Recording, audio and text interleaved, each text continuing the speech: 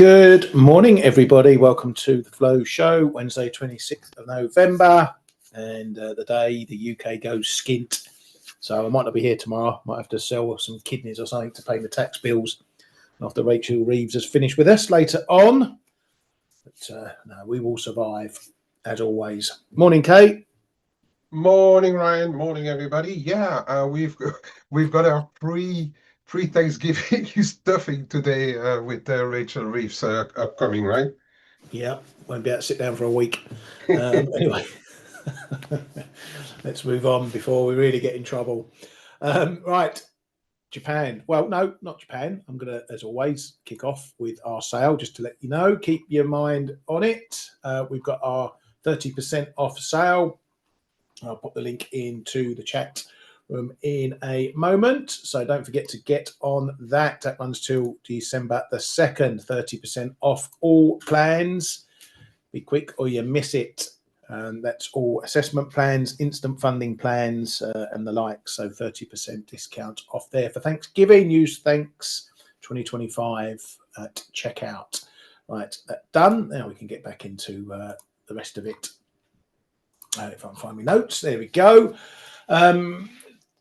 Takaichi was out again talking responsibly, shall we say, saying that JGB issuance for this fiscal year, including expected issuance for the extra budget, will be below the size of last year. And then that was a pretty funny comment, given what day it is. She says, don't expect Japan to see a trust shock type market rout. That'll go down well in the household of Liz Truss. There's different arguments about that, but I'll leave it there. For the yen, the BOJ's yen index, the Yendex, as I'm calling it, was pretty much unchanged, came in at 75.61 versus 75.64 previously. Yen pairs have had a little bit of a pause, shall we say. They've had a little bit of a move lower, but we've had a little bit of a bounce as well. So maybe we might be looking at a bit of slowdown there in that yen strength. Coming over to the data, a big night all round. We had the Aussie CPI kicking things off, coming in hotter than expected. Whichever one you want to look at, really. The year-on-year numbers, trim mean coming in 3.3% versus 3.2% previously, though that was an upward revision. Their weighted mean CPI coming in much hotter than expected at 3.8%. The other weighted mean, they like to have 85 guesses at this one. Different, they called it different stuff. Anyway, that came in hotter as well, 3.4% too. So that's the RBA potentially sitting on hold for longer. Now, on the other side, we had the RBNZ cutting rates by 25 pips as expected. And one of the outcomes was they moved to the sidelines, which they did. They said that future rate moves are to depend on inflation and the economic outlook. They say that forecasts still show some chance of one more 25 pip cut in 2026. The vote was 5-1 to cut rates. Governor Hawkesby said that the track is consistent with the OCR being on hold in 2026, saying that the cash rate is now stimulatory. So, as I said, one of the outcomes there from the RBNZ is that they are moving to the sidelines, but they'll keep the door slightly ajar for another cut. Talking about this previously in our room. 2% is a nice round number, should they want to do so, and nick a little 25 pipper sometime early in the new year if data necessitates. Kay, that was all pretty much as expected, but the real move was in the Kiwi more so than the Aussie dollar. Yeah, although the Aussie jumped on the inflation data, the revisions were quite significantly lower on that Aussie CPI. The non-trimmed and non-weighted, as you say, there's so many measures that they do over there. Yeah, I call the RBNZ hopiumish. It's not it's undovish, unhawkish, not anything of the likes, but hopiumish. The statement, read through it when I sat in front of the PC this morning, and it was all about we have done our bit to stimulate the economy. We expect peak inflation. We expect peak unemployment has been seen. We expect spending to get up. We expect housing to rebound because of lower mortgage rates. So everything is. Well, if you want to believe them, they have done everything for the economy to go all rosy from now. So that little part remains to be seen. Yeah, 2.25%, as I said yesterday. If anything doesn't materialize like they would wish, they have that 25 BPs to play with. Yeah, that's about it's about whatever I can say about it. I mean, Yeah. we'll look at the we'll look at the rates later. I mean, both of them stopped ahead of in interesting levels on these bounds. So I'm not sure if either of them are completely out of the woods, but let's see, because you can you can be one side, lean one side or the other as a central bank, and but you still have the data to show you that or to show us, better said, that they were right in being so optimistic. Yeah, absolutely. And yeah, we'll look at that. But potentially, that's another central bank that's ending its cutting cycle, Mm, moving into neutral, and that's an influence you've got to look at for pairs like Aussie Kiwi, where it's been a double wind, both hotter or a less dovish RBA and a continuing cut in RBNZ. Well, now maybe one of those elements has fallen by the wayside. So you have to watch what goes on from that point onwards. But yeah, we'll look at prices shortly.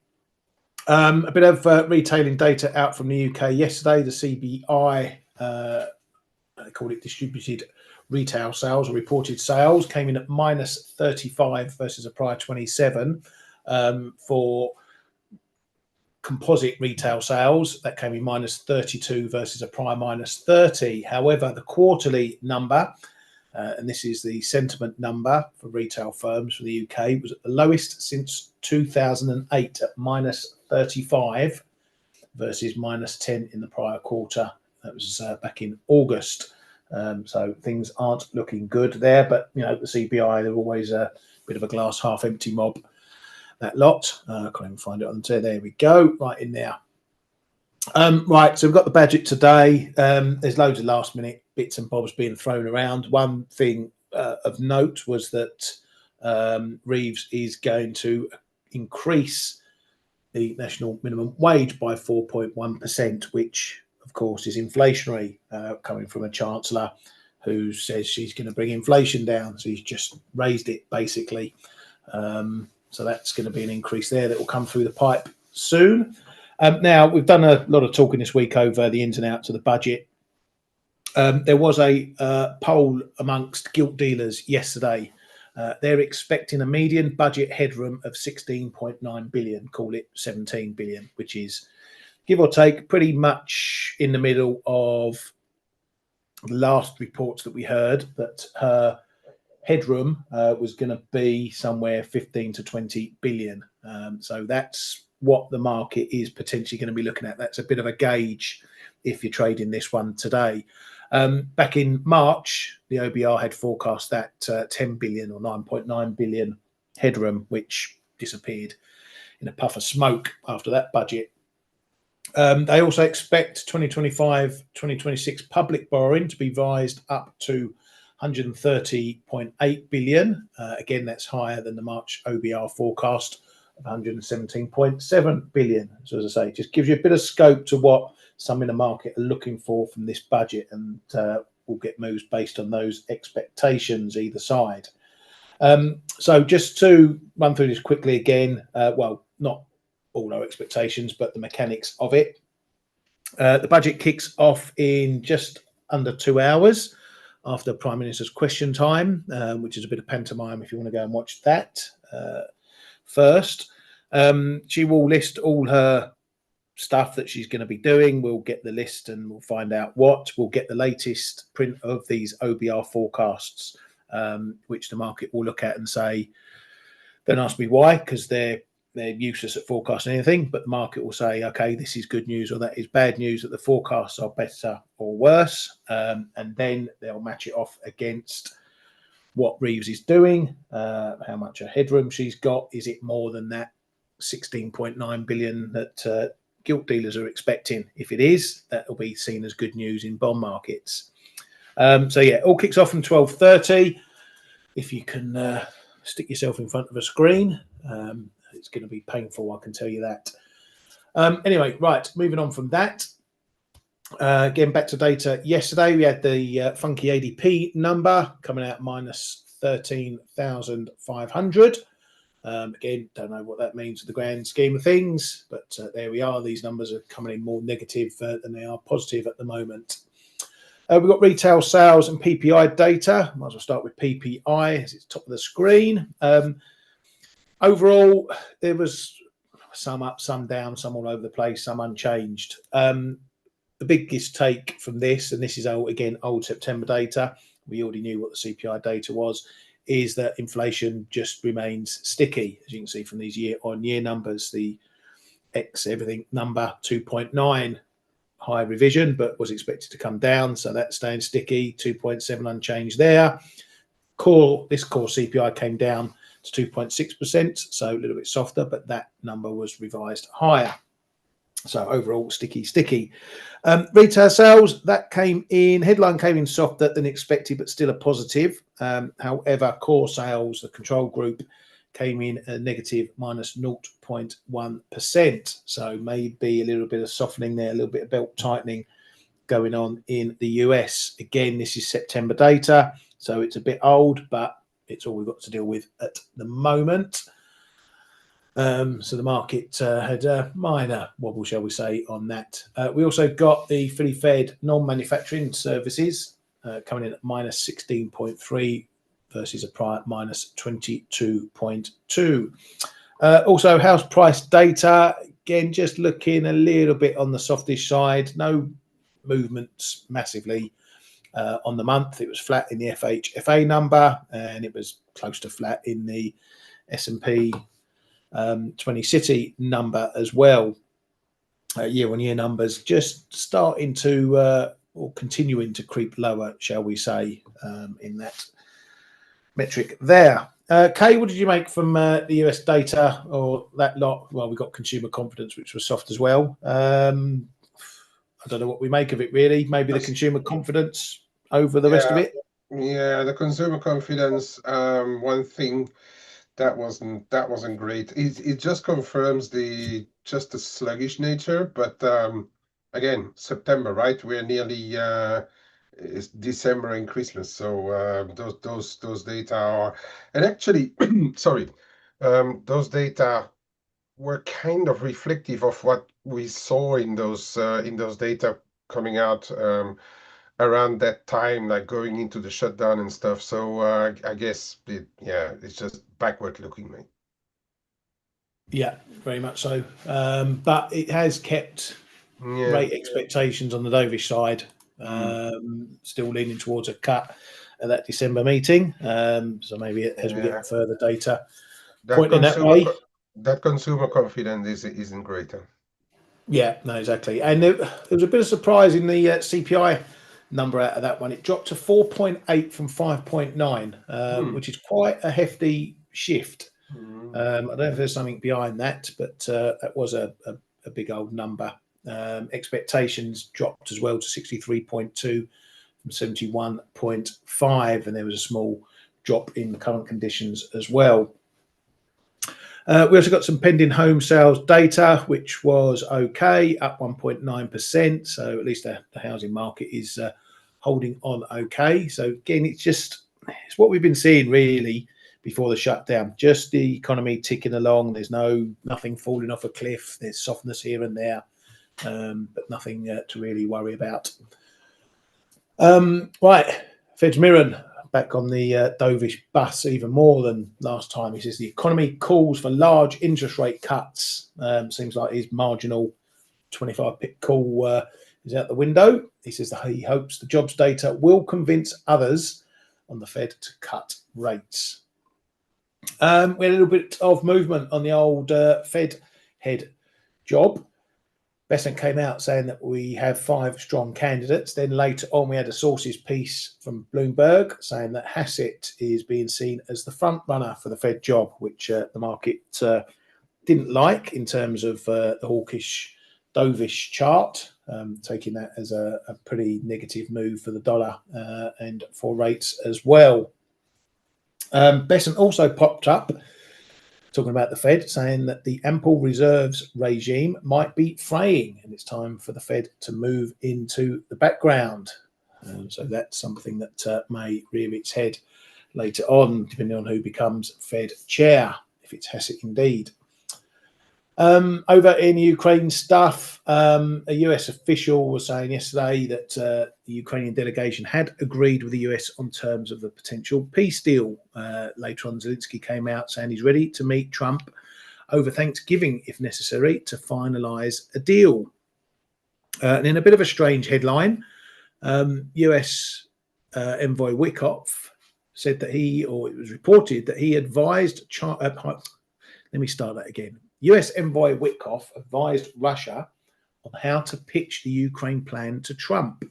Apparently, he spoke with senior Putin advisor in a call on the 14th of October. So he's telling the enemy how to get a deal done with Trump. Very strange, but doesn't seem to have bothered Trump because he's sending Wickoff off to meet Putin in Moscow next week. So things are warming up there. It looks like we could be on the cusp of something finally. We might be jumping out of one frying pan and into the fire because the Taiwan president has warned of intensifying China threats, saying that China is increasing military drills and grey zone harassment near Taiwan. And this is, again, something that Mark in our chat room pulled up about that conversation with Xi and Trump. Some of these communications are very language orientated. There's specific lines, text, insinuations in these communications. And apparently he found a story where basically Trump missed the whole point of what the communication was from Xi, which was pretty much Xi reaffirming that China and the US have certain commitments post-war. One way of calling it is the spoils of war, or what happened after the war, and that involves, if you remember, Japan being on the other side, not on the same side as US or China. So a little bit of language tinkering going on there that apparently Trump missed. But Kate, this Taiwan thing is building up a bit now. Oh, it's been going on for months and years. But, it's been going on, but it's heating up a little bit. Do you think China's watching this Russia stuff and thinking, well, if they can go and take territory and keep it, why don't we? Exactly, and well, I mean, we're not here to be conspiracy theorists, but this whole thing, Ukraine, Russia, China, Taiwan, Japan, is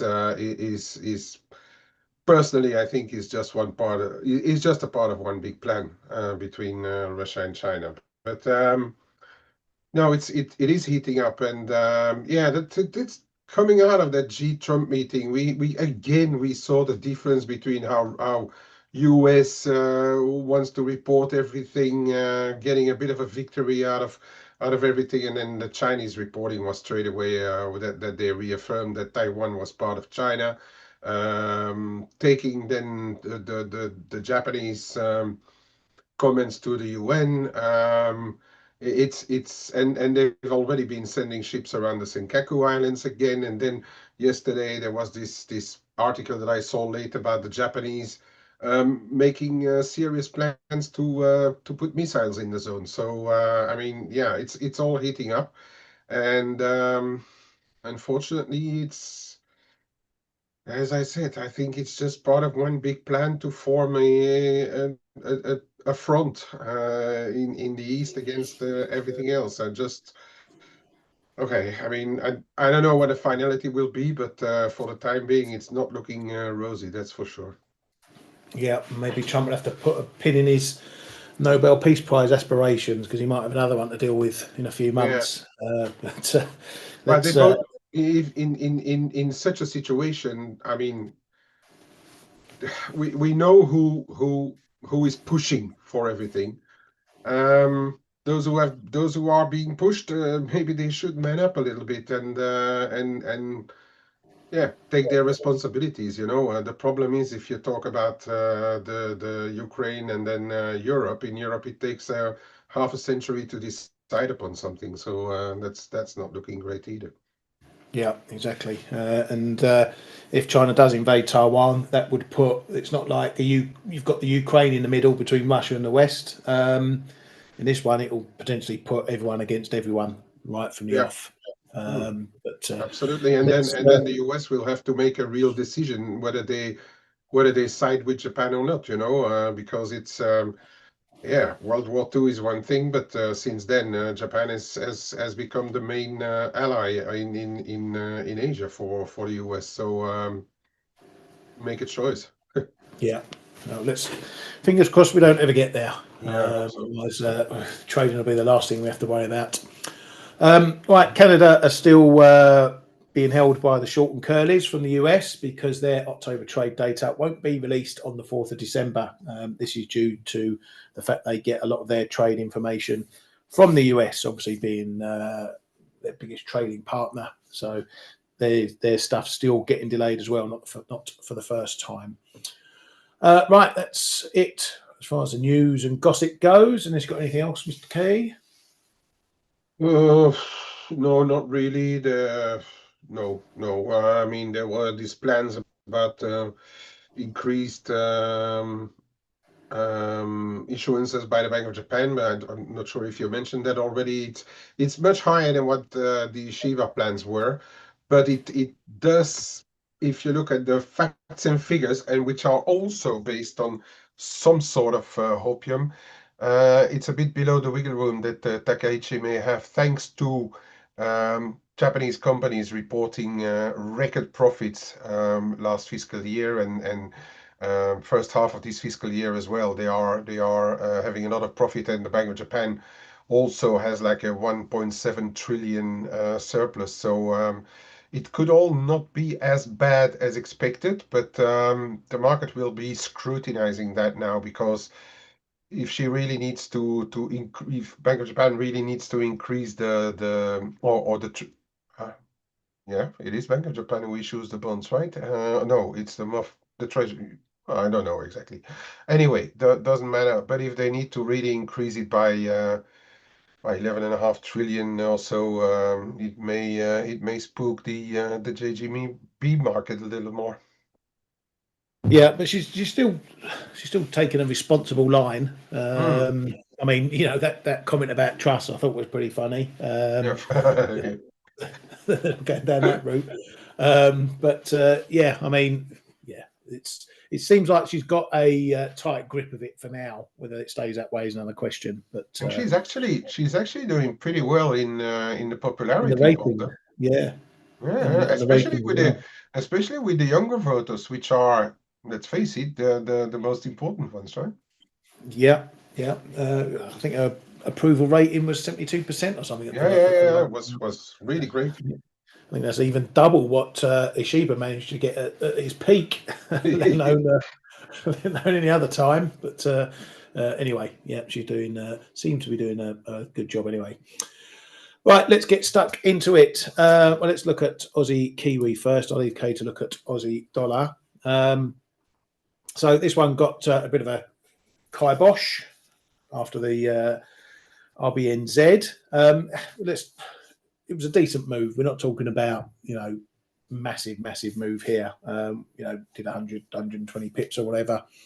So pretty decent. It has recovered since. So potentially we're not out of the woods. What has been interesting is that we've just found resistance just coming into where we had this old bit of support. This 38.2 fib is from the 2011-2015. It's also a prior high up and around there various times during the range. So the fact that it's finding a bit of trouble into this area up here might be significant. I think this area is going to be pretty key. If we're holding below here for any length of time, then maybe we're going to see a bit of a stronger top in play, and we're going to head a bit lower. If we get back above this fairly quickly over the next couple of sessions, days or whatever, then this is just going to be potentially a blip, and we're going to go at least have a look up towards those prior highs or that 116 level in there. So just one to keep an eye on if you've been trading this either side for a while. It's been on a very strong rally. Part of that, as mentioned earlier, has been the RBNZ cutting. If they've stopped, that element is removed. So now it's got to go up on just one side of the coin, if you like. So I've had a little nibble short, just a tight one, just to see if this level holds around here. But the big level below is going to be this 112.85, also the 38.2 of the whole rally since April. This red line is an old historical part of the range top that's been running for over 10 years. So it's some big levels that we had on the way up. As you can see, we held, we broke, we hold. So getting back down there is going to be really important for this one. Dollar yen, that was looking pretty good in terms of continuing to see strength, but we've seen a pretty decent bounce this morning after making a new low overnight. Whether we're done or not, I don't know. This could just be a bit of a bounce, and we're going to continue the downtrend. Certainly, if we're getting above this 156.50s, then we're probably going to have a look at another look at the 157. And if we hold that again, then that might bring about a steeper pullback, maybe something that heads to the 155. If we moving back above this 157, then this might have just been a little bit of a blip, and we're going back to doing what we were doing before, and then we're going to be pushing up, and the old Ministry of Finance is going to be getting a little bit warm in their seats.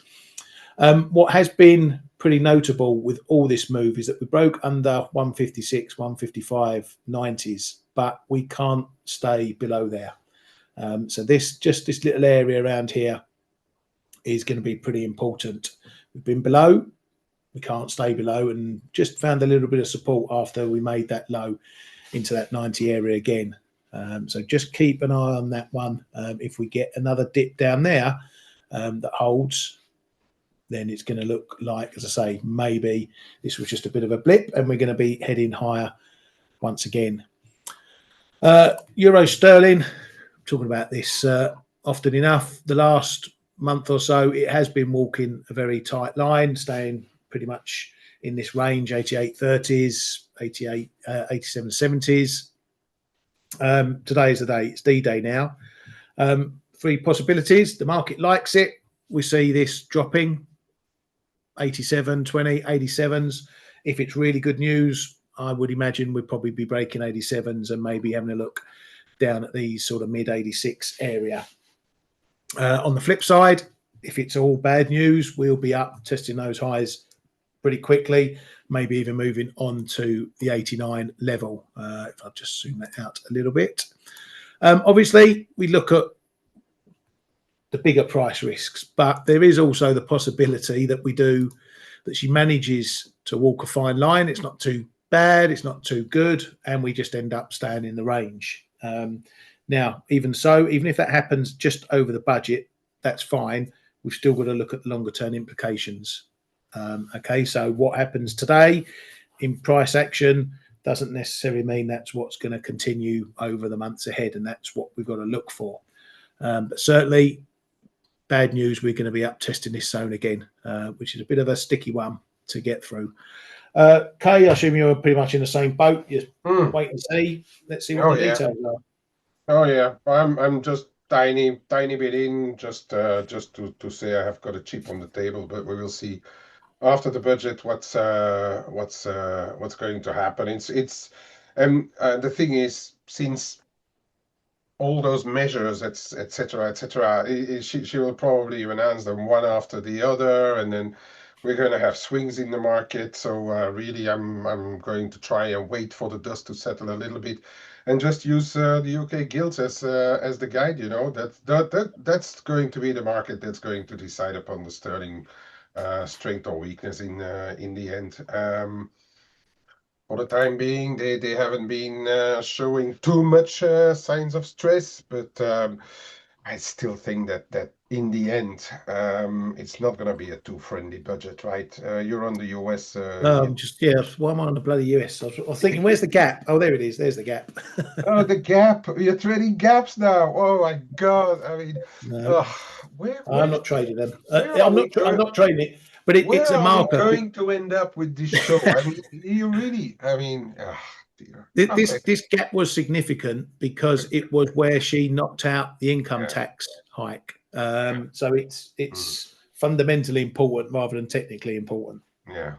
Yeah, it is true, and I wouldn't be surprised if we see a bit of gaps this afternoon as well. When while she's talking, the gilt market trying to, it's going to be typical. I think if you take it back to euro sterling, I think we could be trading 87 and a half and 88 and a half, and then or 88.30, and then but do both sides, and then still I have to decide what's Yeah, going to happen. I mean, it's important, right? It is important for investors to know what's going to happen to their money when they are in the UK. It's going to be important for inflation. It's going to be important for so many things, for future growth or weakness. It's really an important thing. So we need to be a bit careful. One move may not be the next, you know.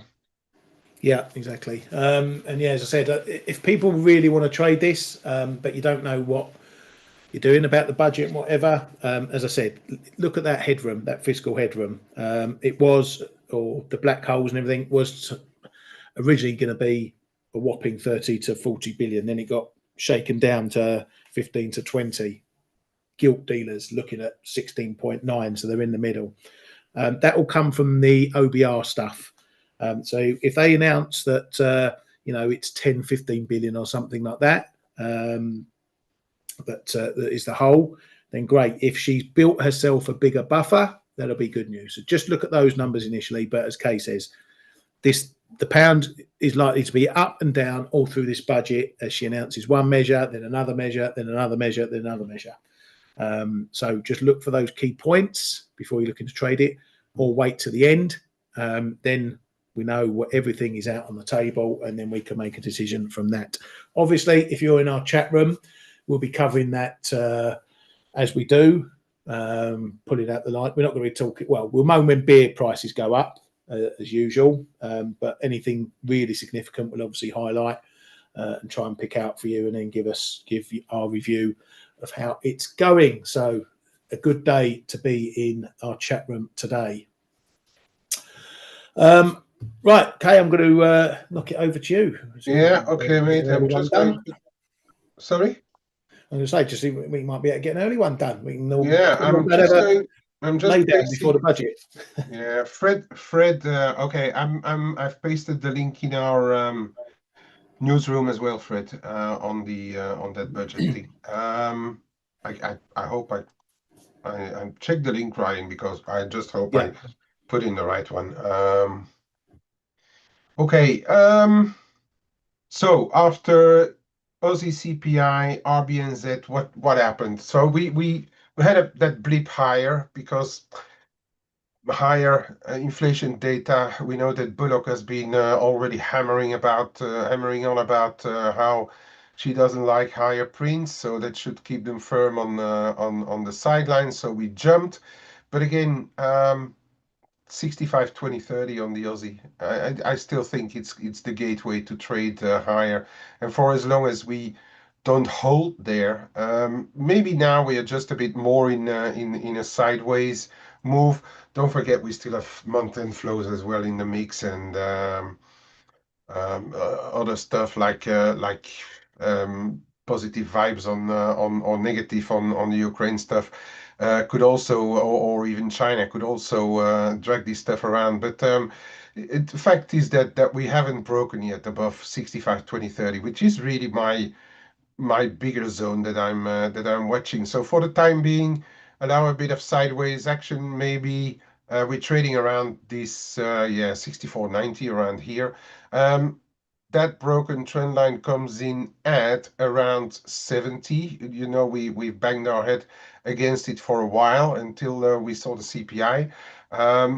So that's going to be your first real support, I would say, around 64.70. If it goes back below at any time in the day, maybe we see, as we have been seeing with a lot of those, especially inflation data coming out across the globe, by the way, it does a move and then it can't hold the move. So be watchful if we break down below 64.70-ish, okay? That could spur it back down. It should not drop too far. I would really be surprised if we go really to break this level. I don't think so. But just based on past price action, inflation alone is not enough to keep it higher. But then let's not forget that RBA is at 3.6%, which could become quite soon a high yielder, even compared to the States if they cut again next week, for instance. Kiwi is in a bit of the same situation. Oh wait, the market must have been running well short Kiwi, which was justified. I wasn't short Kiwi, but it was really looking weak until the RBNZ, and then we had a break above this 56.30.40, moved up.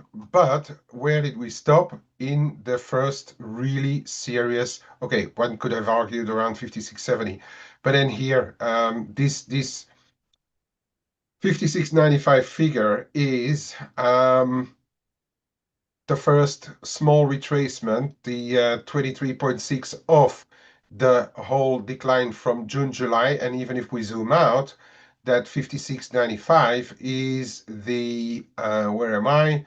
That 56.95 is the 23.6 of the much bigger decline that we saw from September 2024 into April 2025. So I already said, I already spoke about that level, those little lows here as well, to really start to turn this around. We are going to have to break above this zone, okay? We have just a quick look above this 56.90, the high of the 13th of November, but we are now trading back at 56.70. Bit of a hinge maybe for today's move, but both Aussie and Kiwi are not yet convincing for a turnaround. That's just what I want to highlight here, because the first serious resistances, if you look at it technically, have capped, okay, in both of them, right? And then if you want to trade the Aussie Kiwi, that's something that you may want to look at the differences between RBNZ and RBA. RBNZ is now really hopeful that stuff is going to get better from here, so that may weigh on the Aussie Kiwi. The only one little thing, and I agree with Dimi there. We have, since we had this low here, even in April, we stopped really very close to the 23.6 of that move, right in the low 114. So that's going to be a, barring that big level that Ryan showed somewhere in the 112s here, that's going to be the first serious little support here, I think, for the Aussie Kiwi, if you trade Aussie Kiwi. Cable on the budget, as I've been saying, don't rule out, because the market is short sterling, a bit of a short covering in the cable. Why am I not on the other feed? Bit of short covering in the cable. That's what happened. Where did we stop? Bang on the 13th high at 132.15. That is really going to be the first zone that we watch here on any positives on the budget. It's really hard to put stuff too tight, because any headline here, when the gilts move, could take cable 50 pips away without any problems. I think the market is really looking at this budget for being a guide to do with sterling maybe for the next weeks, if not months, right? Okay, so depending on the data that we will get afterwards. So 132.15, I do think though, to really start ramping higher, we are going to have to break. Okay, this one is going to be, I think, pushing the market maybe, but the real levels appear above here. And then you talk about 132.40.50, and here I think around 133, which has been always a pretty decent zone that the market has been watching and trading around. So this 132.5, sorry, up to 133 could be really significant in the cable. What happens if the gilt market and if the market in general does not like what it sees? All of these smaller levels here, 130, 140 used to be a big level, but has been like really been watered down. But could see a little bit of an acceleration, but I think the real levels are going to show up a bit lower. We're talking the first one is going to be around 130, 120, but even here, but I would rather say here, 130.95 figure. And then obviously, if we look at it from a broader perspective, we are going to be looking at that 130, right? Right here, that 130, 130, and that's why I'm also including that 130.40-ish. 130.40, 130, 130.40, 130.10. You know, this is going to be the important one. If we get it close below 130, it's probably going to see quite a bit lower levels. Obviously, the dollar will play, so maybe the cleanest pair, what we have been talking about in our room as well, the cleanest pair would still be the euro sterling, but cable should make a decision and break out sooner rather than later out of that 130, 132, 10-15 zone. Okay. Euro dollar, yeah, it's moved above it's moved above 130 130, I'm saying 115 60 70. We had a quick look at close up to 116, but that's going to be the zone to break. 116 figure 10.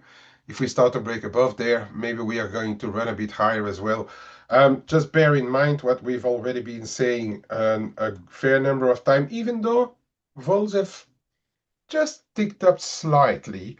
But the 1 week is no, not yet. Still 1 day to go.